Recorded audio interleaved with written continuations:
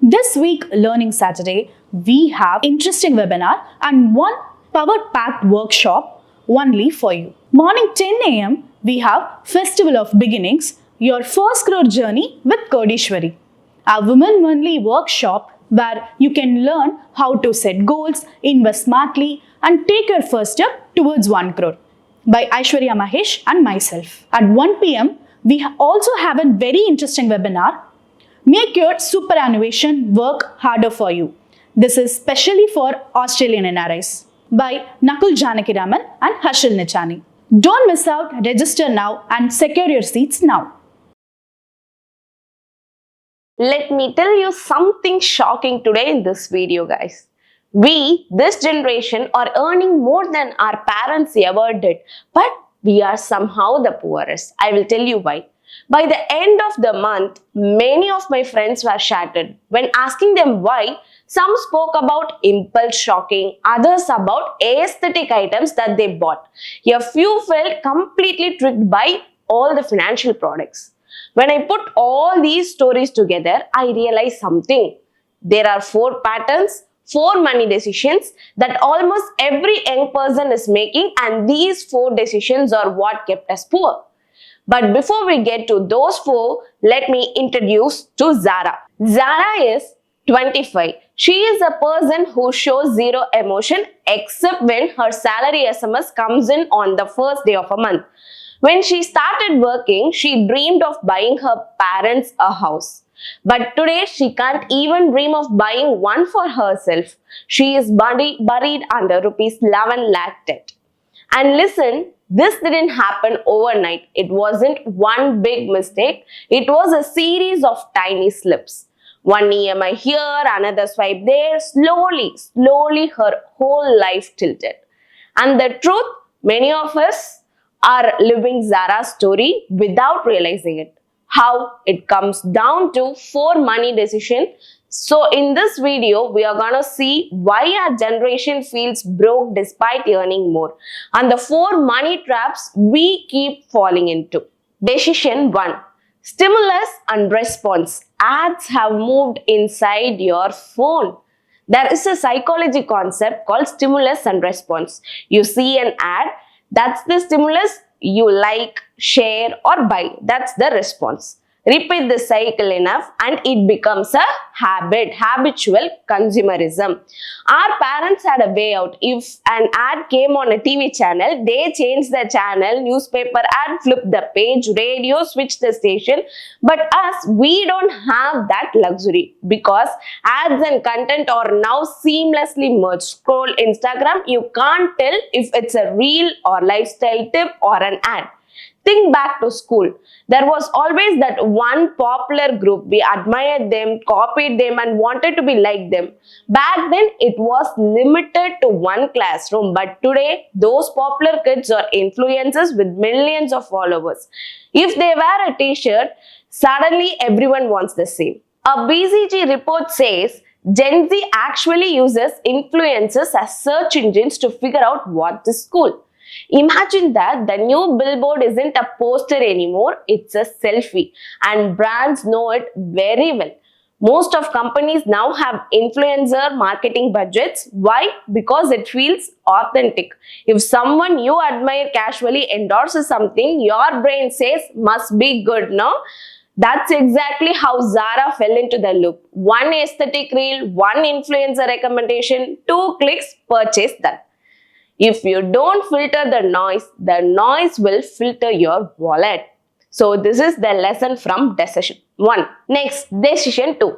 From saving first to borrowing first. Now let's talk about payments. Our parents saved first, then spent. Big family debate will happen for a purchase. Can we afford it? Shall we wait for bonus? But us, we borrow first, then think later. UPI is our best friend. Tap, money gone. No pain, too smooth. And then came buy now, pay later, BNPL. Let me give you a picture. Remember the corner petty shop? You would pick up some items on credit from the Kadakara Anna and repay rupees 500 later. There were trusts, boundaries and limits. Now take that same system and put it in online. Only this time instead of rupees 500, you owe rupees 50,000, and instead of a friendly face, it's a faceless corporation. Most iPhones you see around are BNPL or EMI, and BNPL transactions are skyrocketing, especially with people under 30.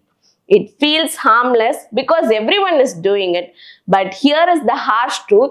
40% of Gen Z debt is already unsustainable. That means people literally cannot repay.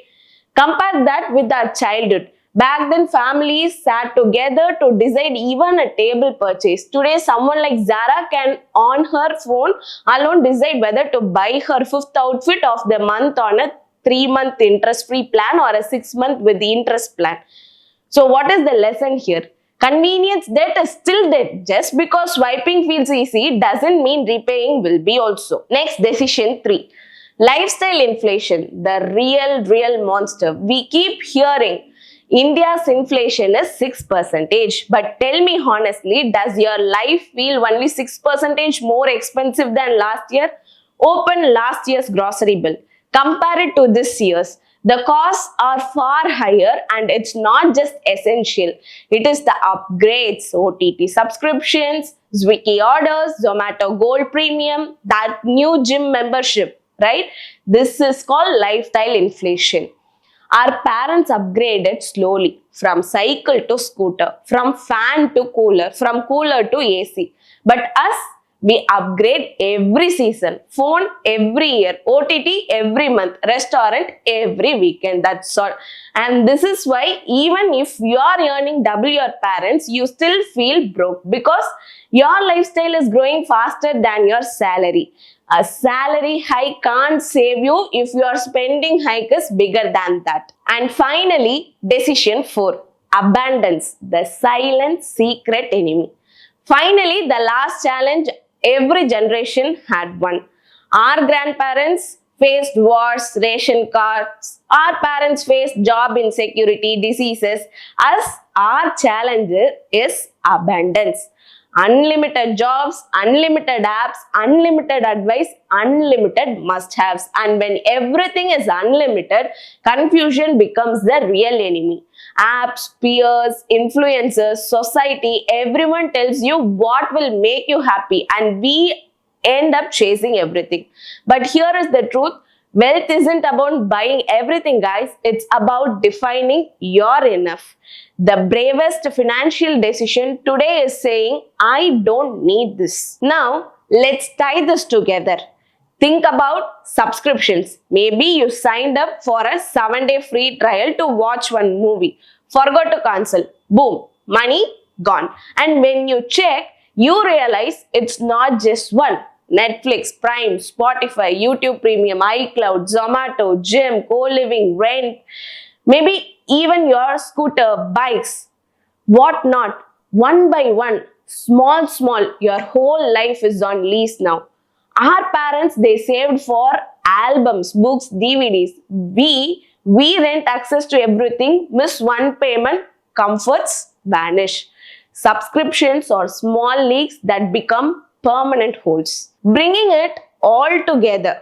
So let's circle back to Zara now. Her rupees 11 lakh debt didn't happen because of one mistake. It happened because of influencer-driven impulse buys, buy now, pay later, lifestyle inflation, and lastly, subscriptions on top of subscriptions. And all these multiplied over time. So how does Gen Z stay wealthy is my question. It's not about higher salaries. It's about 4 counter skills. So first, filter the noise. Secondly, avoid your convenience debt. Thirdly, control lifestyle inflation.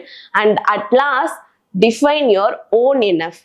Because wealth is not just money in the bank. It's clarity in the mind. And if you can't master that, Gen Z is in India, anywhere in the world, will not just make money. We will keep it, grow it, and live better with it.